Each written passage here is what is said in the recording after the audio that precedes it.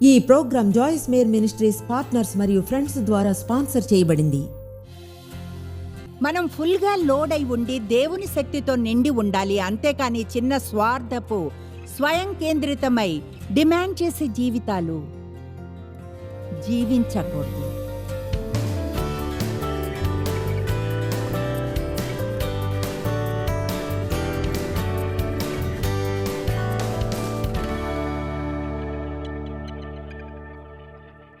తెలుసా, ఈ స్వయం సమస్య అనేది తోటలో మొదలైంది.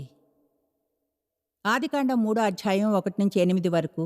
దాన్ని తీసి మీకోసం చదవునా అయితే చూడండి. ఆదాము హవ్వ దేవుడు వారికి చేయమని చెప్పింది చేసినంతకాలం సంతోషంగా ఉన్నారు. ఆ తర్వాత శత్రువు హవ్వకు లేనిదేదో చూపించి ఆమెకి చెప్పాడు. ఆమె జీవితం ఎంతో బాగుంటుందని, ఒకవేళ ఆమెది తింటే దేవుడు ముందే ఆమెకి దాన్ని తినవద్దని చెప్పిన దేవుడు వారికి ఇవ్వని దాన్ని వారుగా పొందాలనుకున్నారు. ఆయన చిత్తానికి పైన తమది ఉంచారు. అపవాది అన్నాడు, ఈ పండు మంచిది, మరింత జ్ఞానాన్ని పొందుతారు, ఎక్కువగా దేవునిలా అవుతారు. దాని ఫలితం ఏమిటో తెలుసా? వారి దైవీకమైన కాపు పోయింది. ఒక్కసారి సడన్గా నగ్నంగా ఉన్నారని గుర్తించారు. తమని కప్పుకోవడానికి ట్రై చేశారు. శరీర కార్యాల్లోకి దిగారు. జీవితంలో మొదటిసారి భయాన్ని చూశారు. పరిగెత్తుకెళ్ళి దాక్కున్నారు. మనకు సరిగ్గా అలానే అవుతుంది. ఎప్పుడైతే కొంత చెత్తతో జీవిస్తుంటే మనకు తెలిసేది రైట్ కాదని మీరు అపార్థం చేసుకోకండి. ఎవరు పర్ఫెక్ట్గా ఉండరు. దేవునికి స్తుతులు, రక్షకుడు ఉన్నాడు. దేవునికి స్తుతులు. క్షమాపణకై రోజు నాకు అది 200 సార్లు కావాలి. క్షమాపణకై కృతజ్ఞతలు. అయితే దేని గురించి చెప్తున్నానంటే, తప్పు అని మనకు తెలిసిన వాటినే చేస్తూ దేవునితో కార్యం చేయకపోవడమే. అంటే నిజమైన బంధకాలు ఉన్న వాటిలో పదోన్నతులు కలగడానికి కొంత సమయం పట్టవచ్చును. అయితే మన హృదయపు స్థితి చాలా ముఖ్యమైనది. దేవా, నాకు ఇది చేయాలని లేదు, ఎలా ఉండాలంటే అలా ఉండాలి, ఎలా ప్రవర్తించాలనుకుంటే అలా ప్రవర్తించాలి. తర్వాత అధ్యయనం, సరైన వాతావరణంలో ఉండండి, ప్రార్థించండి. చెప్తున్నాను, ఈ బిల్డింగ్లో ఎవరూ లేరనుకుంటాను, లేదా వేరే ఎక్కడైనా చెప్పగలిగేవారు బంధకంలో ఉన్నామని, 20 ఏళ్లుగా దేవునికి విధేయులుగా ఉన్నారని, అయినా ఇంకా అదే బంధకంలో ఉన్నారని. క్షమించండి, నేను నమ్మను. వచనంతో దాన్ని నేను సపోర్ట్ చేయలేను. ఒకవేళ నేను బంధకంలో ఉంటే, దేవునితో సంబంధంలోనికి గాని వస్తే, రక్షణ పొందడమే కాదు, ఏదో ఫైర్ ఇన్సూరెన్స్ పొంది నరకానికి వెళ్లకుండా ఉండేలా. కానీ అసలైతే దేవునితో జీవితం జీవించాలి అనుకుంటాను. నా జీవితంలోనికి పరిశుద్ధాత్మను ఆహ్వానించి, నా జీవితంలోని దేంతోనైనా నాతో డీల్ చేయండి. మీరు కోరుకునేది అది మాత్రం కాదు. కమాన్, కొంతమందికి పిలుపునిస్తున్నాను, ఎదగడానికి సిద్ధంగా ఉండమని, పరిణతి చెంది దేవుడు ఉండమన్నట్లు ఉండేలా. ఆమేన్. సరైన గ్రూపే వచ్చిందని నమ్మాలి నేను. మీరు కానీ సీరియస్గా లేకుంటే మీరు ఈరోజు ఉదయం వచ్చి ఉండేవారు కాదు. నాకు తెలిసి ఇక్కడకు అన్ని రకాల మనుష్యులు వచ్చారని టీవీలో చూసే ఆత్మిక పరిణతి చెందిన అన్ని రకాల వర్గాల వారు. అయితే చెప్తున్నాను, దేవుని వద్ద మీకోసం ఓ జీవితం ఉందని, నమ్మశక్యం కానంత అద్భుతమైంది. అంటే దేవుని వద్ద మీకోసం ఉన్నది మిస్ చేయాలని అనుకోరు. అంటే ఆ శాంతి, ఆనందం, దేవుని యొక్క నీతి, నిరీక్షణ, శక్తి, దేవుడు మీకోసం చేయాలనుకునే మంచి విషయాలు. హద్దులు చేసే కొందరిలా ఉండకండి. ఉండి పరలోకపు వెనుక ద్వారం నుంచి నెమ్మదిగా లోపలికి వెళదామనుకునే వారిలా. నేను వెళ్ళినప్పుడు కిండర్గార్డెన్లోనే ఉండాలి అనుకోను.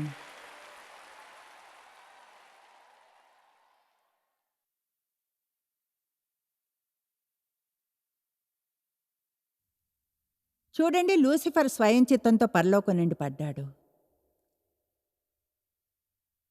ఇప్పుడు యెషయా 14:12-15 చూద్దాం. తేజో నక్షత్రమా, వేకువ చుక్క, నీవెట్లు ఆకాశము నుండి పడితివి. నేను ఆకాశమునకు ఎక్కిపోయేదను, దేవుని నక్షత్రములకు పైగా నా సింహాసనమును హెచ్చింతును. ఉత్తర దిక్కున ఉన్న సభా పర్వతం మీద కూర్చుందును, మేఘ మండలం మీదికెక్కుదును. మహోన్నతునితో నన్ను సమానునిగా చేసి కొందును అని నీవు మనసులో అనుకొంటివి కదా. సమాన్యుగా చేసుకొందును. దేవుని ప్రతిస్పందన ఇదే. నీవు పాతాళమునకు నరకములో ఒక మూలకు త్రోయబడితివే మృతుల చోటులోనికి.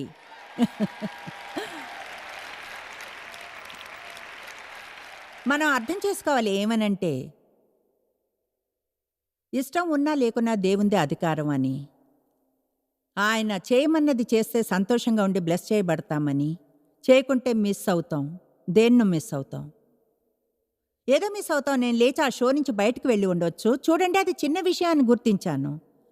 అయితే అక్కడే దేవునితో ఆరంభించాను. అంటే మీరు నా చిన్న కథలన్నీ వింటుంటారు. పచారీ కొట్లో బండిని తిరిగి పెట్టడం, అలాంటి చిన్న పనులన్నీ దేవుడు నేర్పించాడు నాకు. అక్కడ ఆ చోటనే నేను బైబిల్ కాలేజీకి వెళ్ళలేకపోయాను. అయితే పరిశుద్ధాత్మ స్కూల్కి వెళ్ళాను.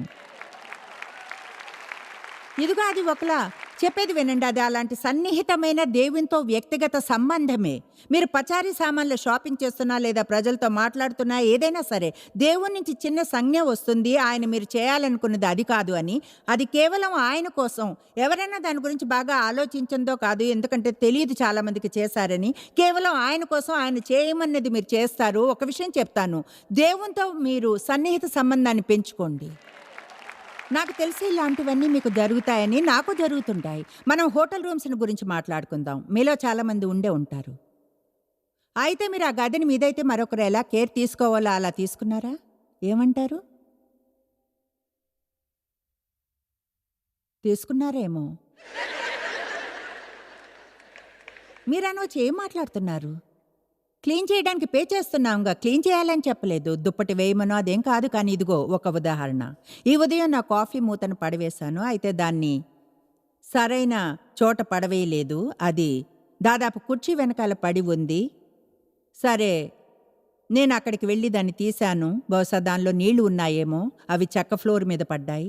మీకు తెలుసా, ఒక్క క్షణం అనుకున్నాను,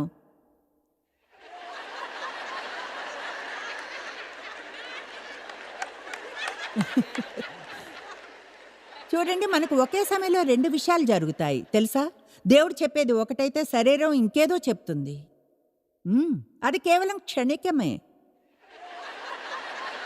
తర్వాత అనుకున్నాను, వద్దు. సరే, వెళ్ళి ఒక టిష్యూ తెచ్చుకున్నా. ఉల్టాగా వంగాల్సి వచ్చింది. చైర్ వెనకాలకి వెళ్ళి నీళ్ళని తుడిచాను.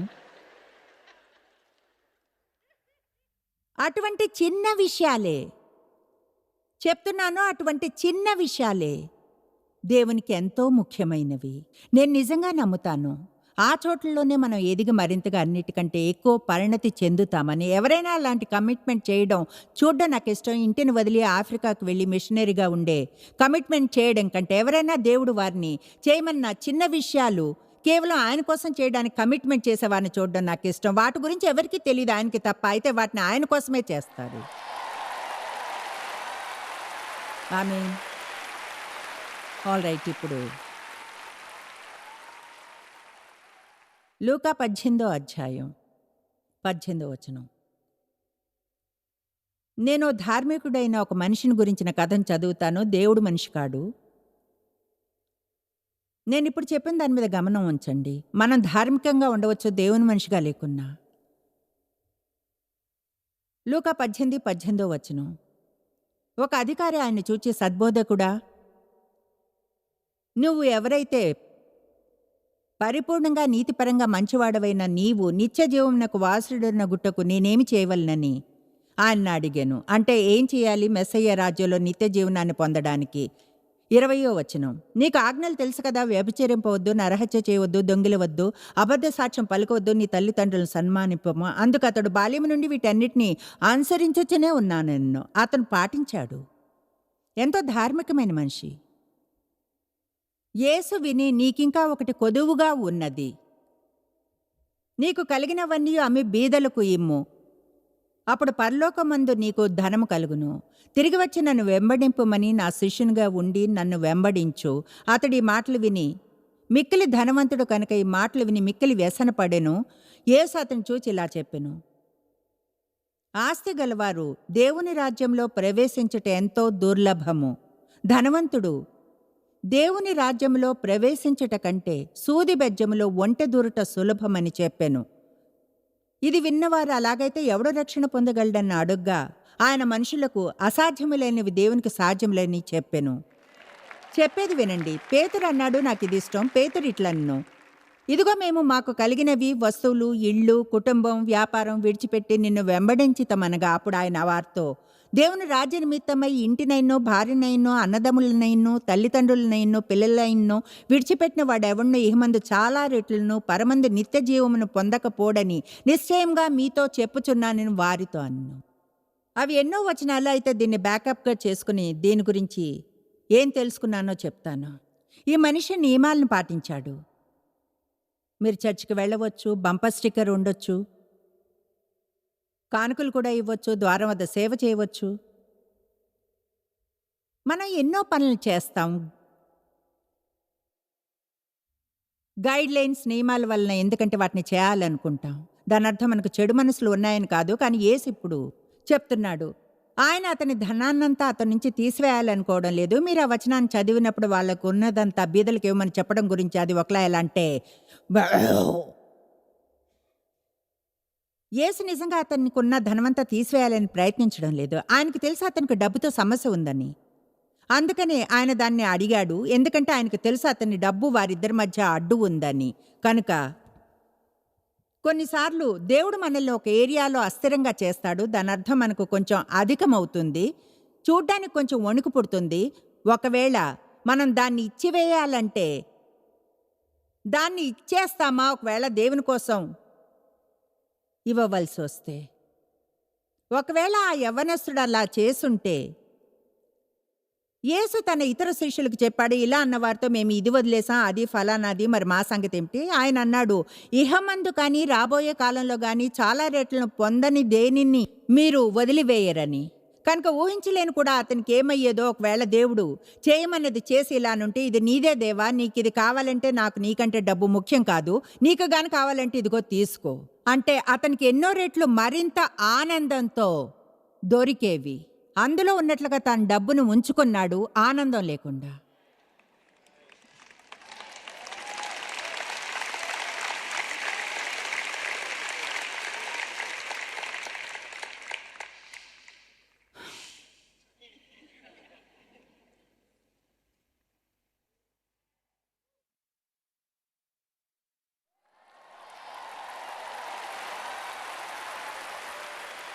ఈ విషయాన్ని అంటిపెట్టుకుని ఉండాలి. అది చక్కలిగింతలు పెడుతుంది.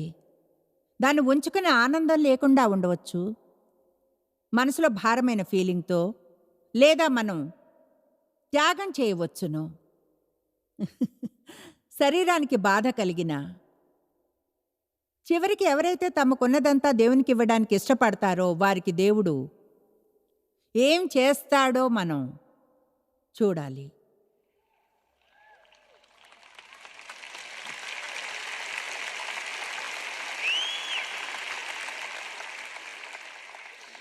లూకా 10వ అధ్యాయంలో మరొక అద్భుతమైన కథ ఉంది.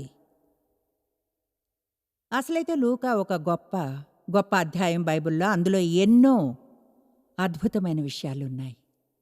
లూకా 10వ అధ్యాయం 25వ వచనం. ధర్మశాస్త్రోపదేశకుడు ఒకడు, ఇతనెంతో తెలివైన మనిషి. అంటే దేవుని మనిషి కానీ ఒక ధార్మికమైన వానితో డీల్ చేసాం, ఇప్పుడు ఒక తెలివైన వానితో డీల్ చేస్తున్నాం. గొప్ప జ్ఞానం లేదు. ధర్మశాస్త్రోపదేశకుడు ఒకడు లేచి, బోధకుడా, నిత్య జీవనకు వారసుడున్న ఆ గుట్టకు నేనేమి చేయవలనని ఆయన్ను శోధించుచు అడిగను. అందుకు ఆయన, ధర్మశాస్త్రమందు ఏమి రాసి ఉంది? నీ దేవుడైన ప్రభుని నీ పూర్ణ హృదయంతో, పూర్ణ మనస్సుతో, పూర్ణ శక్తితో ప్రేమింపవలెను, నిన్ను వలె నీ పొరుగువాన్ని ప్రేమింపవలనని ఉంది. అతడు అలా చేయాలని అనుకోలేదు. ఇంకొంచెంగా నొక్కే అన్నాడు, నా పొరుగువాడు ఎవడు? అప్పుడు యేసు ఒక మనుష్యుడు దొంగల చేతిలో చిక్కి వార్చో కొట్టబడి కొర ప్రాణంతో ఉన్న ఒకని కథను చెప్పాడు. అతను కొట్టి మార్గం పక్కన పడవేశారు. అప్పుడు ఒక యాజకుడు అటు వెళ్ళుచు అతను చూచి పక్కగా వెళ్ళిపోయాడు. అలాగే ఒక లెవీయుడు ఆ చోటుకి వచ్చి అతన్ని చూచి పక్కకు వెళ్ళిపోయాడు. తర్వాత కేవలం ఒక సామాన్యుడు, వృద్ధుడు, ఒక సమరయుడు అటుగా వచ్చి అతన్ని చూసి ఆగి అతని వద్దకెళ్ళి తన సొంత డబ్బును తీసి సమయాన్ని వెచ్చించి జాగ్రత్తగా చూసుకున్నాడు. గాయాలకు కట్లు కట్టి ఒక పూట కొళ్ళవాని వద్దకు తీసుకుని వెళ్ళి ఇప్పుడు దాన్నే హోటల్ అంటాం. అక్కడున్న అతనితో చెప్పాడు, నాకు వేరే పని ఉంది, నేను వెళ్ళాలి. అతని వద్దకొచ్చి, ఇవిగో డబ్బులు, దీంతో ఇతన్ని చూసుకోండి, ఒకవేళ ఇంకా డబ్బులు గాని అయితే నేను తిరిగి వచ్చి ఇస్తాను. అతను ఏం చేయాలో వాటి మీద హద్దులు కూడా పెట్టలేదు. నాకు ఆ భాగం ఇష్టం. ఇలా అనలేదు, నేను 100 రూపాయలే ఇస్తాను అన్నాడు. ఎంత ఖర్చు అయినా సరే నేను ఇతనికి సహాయం చేయాలనుకుంటున్నాను. మ్యాన్, ఎంత ఖర్చైనా సరే ప్రజలకు హెల్ప్ చేయాలి. ఎంత ఖర్చైనా సరే నేను ఇతనికి హెల్ప్ చేయాలి. ఎంత ఖర్చైనా సరే. ఎవరైనా ఈరోజు గృహంలో ఉన్నారా? ఏం చేయాల్సి వచ్చినా ప్రజలకు హెల్ప్ చేయాలి నేను. దేవుడు మన ఆశీర్వాదాల మీద నుంచి హద్దులు తీసివేయాలనుకుంటే మనం ఇవ్వడం మీద హద్దులు తీసివేయాలి.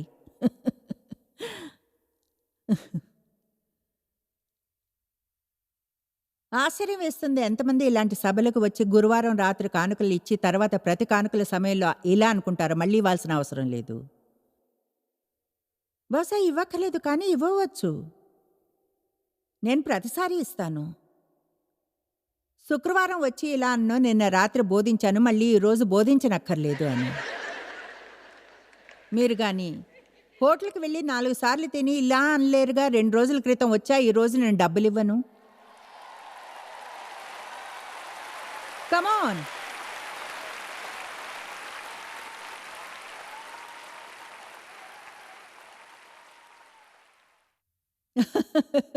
Thank you. నేను నిర్ణయించుకున్నాను నా సొంత కథని అల్లుదామని. ఈ కథ నాకు గర్వంగా ఉంటుంది. ఇది బాగుంది. యేసు 2 ధార్మికులైన వారి కథలను చెప్పాడు. తర్వాత దయగలవాంది. నేను మీకు 3 చర్చికి వెళ్ళే క్రైస్తవుల కథను చెప్తాను. ఒక అవసరాన్ని ఎదుర్కొన్నారు, దానికి ఎలా ప్రతిస్పందించారు. 3 చర్చికి వెళ్ళేవారు, బైబిల్ చదివేవారు, పాటలు పాడే క్రైస్తవులు. అందరికీ ఒక స్త్రీ తెలుసు. ఆమె భర్త ఆమెను 4 బిడ్డలను వదిలి వెళ్ళిపోయాడు, ఏ సపోర్ట్ ఇవ్వకుండా. అతను మరొక యవనస్తురాలను చూసుకుని వదిలేశాడు, తిరిగి చూడలేదు. ఈ స్త్రీ ఫ్యామిలీని చూసుకుంటే ఎంతగానో అలసిపోతుండేది. పిల్లలకు తల్లి తండ్రి 2 అయ్యి ఎంతో ఒంటరిదైంది, ఎంతో నిరుత్సాహం. క్రిస్టియన్ స్త్రీ నంబర్ 1 ఆ స్త్రీ పరిస్థితిని చూసంది, నేను ఆమె కొరకు ప్రార్థిస్తాను. అదొక మంచి ధార్మిక ప్రతిస్పందన. క్రిస్టియన్ స్త్రీ నంబర్ 2 అంది, ఆశ్చర్యం వేస్తుంది, ఈమె ఏం చేసిందో. ఈమె భర్త వదిలేసి ఇంకో స్త్రీతో వెళ్ళాడు. ఏదో జరిగే ఉంటుంది. ఈ 2 ధార్మికమైన స్త్రీలు తమ అభిప్రాయాన్ని చెప్పారు, అయితే ఏ సహాయం లేదు. క్రిస్టియన్ స్త్రీ నంబర్ 3 పరిస్థితిని చూసింది, ఎలా హెల్ప్ చేయగలదో ప్రార్థించింది.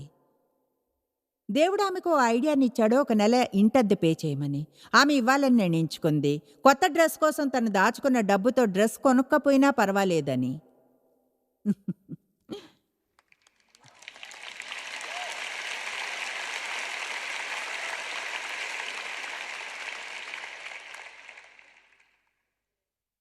ఆయన ఇంకో ఐడియాని ఇచ్చాడు, క్రమంగా ఆ స్త్రీని ప్రోత్సహించమని, ఆమెకు ఫ్రెండ్ అవ్వమని.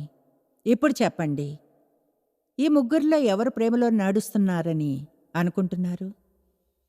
చెప్పాలంటే అదే లెక్కించబడుతుంది.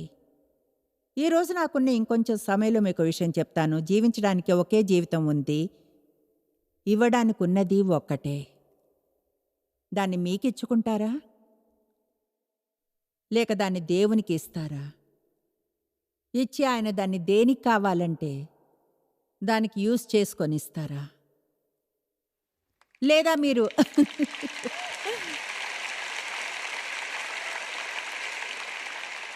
ఒక సలహానిస్తాను. చాలామంది బహుశా ఈ సినిమా చూసే ఉంటారు, ద బకెట్ లిస్ట్. అది ఒకలా ఎలా అయిందంటే తెలుసుగా. ప్రజలు ఎప్పుడు అడుగుతుంటారు, మీకేమైనా బకెట్ లిస్ట్ ఉందా? ఉంది, అయితే ఇంకా ఖాళీగానే ఉంది. నేను తెలుసా, నిజం చెప్పాలంటే కొన్నిసార్లు ఇంతగా కష్టపడి అలసిపోతున్నా కూడా నిజంగా ఏమైనా చేయగలిగే దాని గురించి ఆలోచించలేను.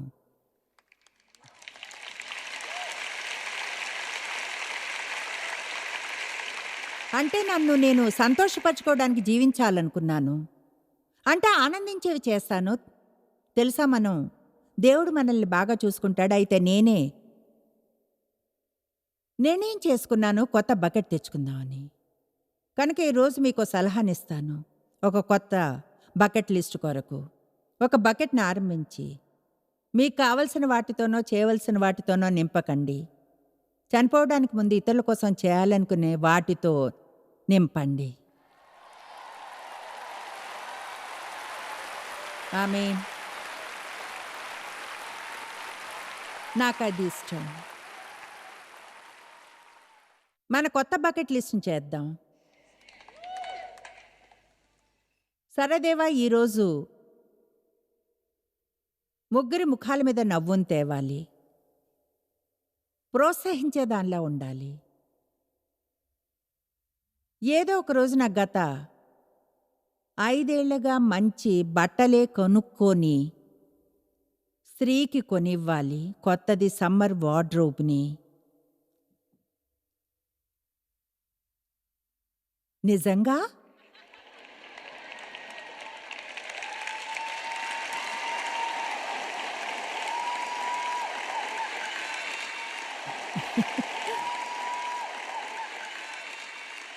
దానికి కొంచెం టైం పట్టింది. ఈ సందేశం అయిపోతే బాగుంటుంది అనుకుంటాను.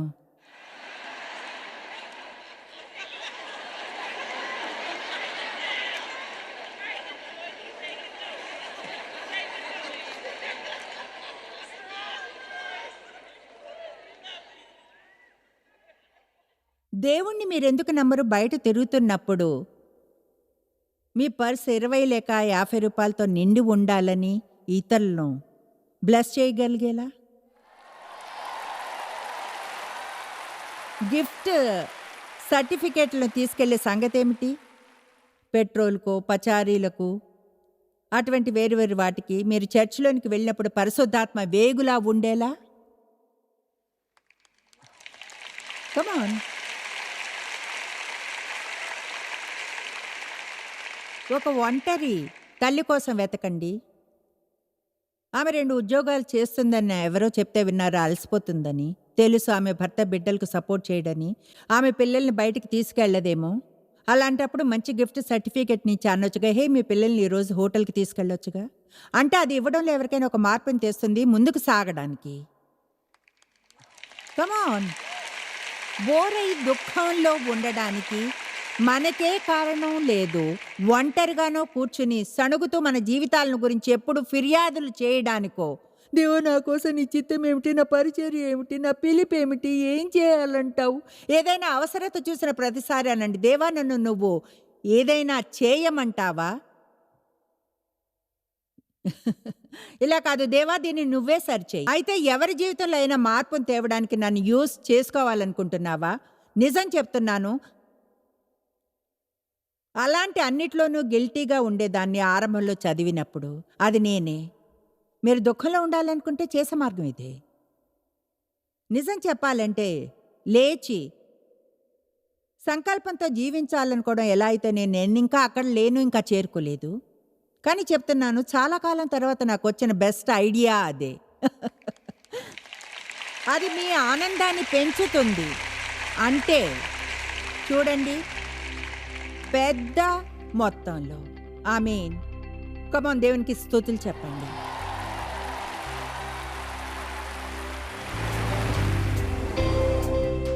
నేను ఆశించి ప్రార్థిస్తాను, మీ ఆత్మిక జీవితంలో నేను ఒక పార్ట్నర్నని మీరు ఫీల్ అవ్వాలని. మీకు హెల్ప్ చేస్తూ దేవుడు మీరెలా ఉండాలంటాడో అలా ఉండేలా నేను మీతో భాగస్వామ్యాన్ని చేస్తూ సహాయపడుతున్నానని. ప్రతిరోజు మీకు వాక్యాన్ని బోధిస్తున్నాం. అలా చేయడం నాకిష్టం. మీరు మాతో పార్ట్నర్స్ అవ్వాలనుకుంటారని ఆశిస్తున్నాను. నాతోనూ పరిచర్యతోనూ మిమ్మల్ని రీచ్ అవ్వడానికే కాదు, కానీ మీకు తెలిసింది తెలియని ఇతరుల వద్దకు రీచ్ అవ్వడానికి. మనం పార్ట్నర్స్ అయితే నమ్ముతాను, ఎన్నడూ మనం ఊహించని దానికంటే ఎక్కువ చేయగలమని. చూడండి, మాతో మీ వంతు ఏమిటి? మీతో మా భాగమేమిటో మాకు తెలుసు. వాక్యాన్ని బోధిస్తున్నాం, ప్రార్థిస్తున్నాం. మరి మాతో మీ భాగమేమిటి? బహుశా మీరు మా పరిచర్యతో భాగస్వామ్యం చేయాలి. దాని గురించి మీరు ప్రార్థించండి. దేవుడు ప్రేరేపిస్తున్నాడని ఫీల్ అయితే అలా చేయమని. అక్షరాలా దాని అర్థం మా కోసం ప్రార్థిస్తున్నారన్న ఒప్పందమే. మా గురించి మంచిగా చెప్పడం, మా ఏరియాలో ఉన్నప్పుడు మా సభల్లో కొన్నిటికి రావడం, ప్రోగ్రామ్ని చూడడం, మీ జీవితంలో భాగంగా ఉండనివ్వండి. తర్వాత పరిచర్యకు ఆర్థికంగా సపోర్ట్ చేయండి క్రమంగా. చూడండి, అడుగుతున్నాను, నేను కమిట్ అయ్యున్నాను. మిమ్మల్ని కమిట్ అవ్వమని అడుగుతున్నాను. మన జీవితాల్లో ఒకసారి మంచిని చేస్తేనే మార్పు రాదు, కానీ మనం చేసే మంచిని మళ్ళీ మళ్ళీ మళ్ళీ చేయాలి. కనుక నెలవారీగా మీరు సపోర్ట్ చేస్తుంటే లేదా ఎంత ఎక్కువగా చేయడం రేట్ అనిపిస్తే అంతగా చేయండి. అప్పుడు మీరు మా గురించి ఎలా ఫీల్ అవుతారన్న దానిలో పెద్ద మార్పుని చూడగలరు. ఎవరికైనా అన్ని వేళ తీసుకోవడమే తప్ప ఇవ్వడం అనేది లేకుంటే అంత మంచిది కాదు. కనుక మాతో పార్ట్నర్స్ అవ్వమని ఆహ్వానిస్తున్నాను. దేవుని మహిమపరిచి క్రీస్తుని పంచుకోవడానికి హెల్ప్ చేయండి. గాయపడ్డ వారికి హెల్ప్ చేయడానికి, బీదలను ఫీడ్ చేయడానికి, మనకి తెలిసింది ఇంకా తెలియని వారికి సువార్తను పంచడానికి. మమ్మల్ని joysmay.orgలో చెక్ చేసి పార్ట్నర్షిప్ని గురించి తెలుసుకోవాల్సిందంతా తెలుసుకోండి. లేదా పరిచర్యకు ఫోన్ చేయండి. God bless you. Thank you ప్రార్థించినందుకు.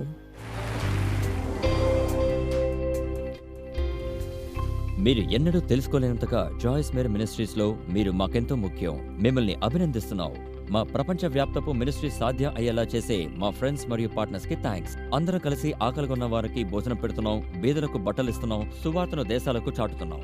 మమ్మల్ని కాంటాక్ట్ చేయండి లేదా joysmay.orgని ఈ రోజే విజిట్ చేయండి. మీ ప్రార్థన విన్నపాలను కొరకు అలాగే మరిన్ని సాధనాలను గురించి తెలుసుకోండి. జాయిస్ మేర్ షెడ్యూల్ని చూసి భాగస్వామిలో భాగమవ్వండి, క్రీస్తు ప్రేమను ప్రపంచమంతటా పంచుకోవడానికి.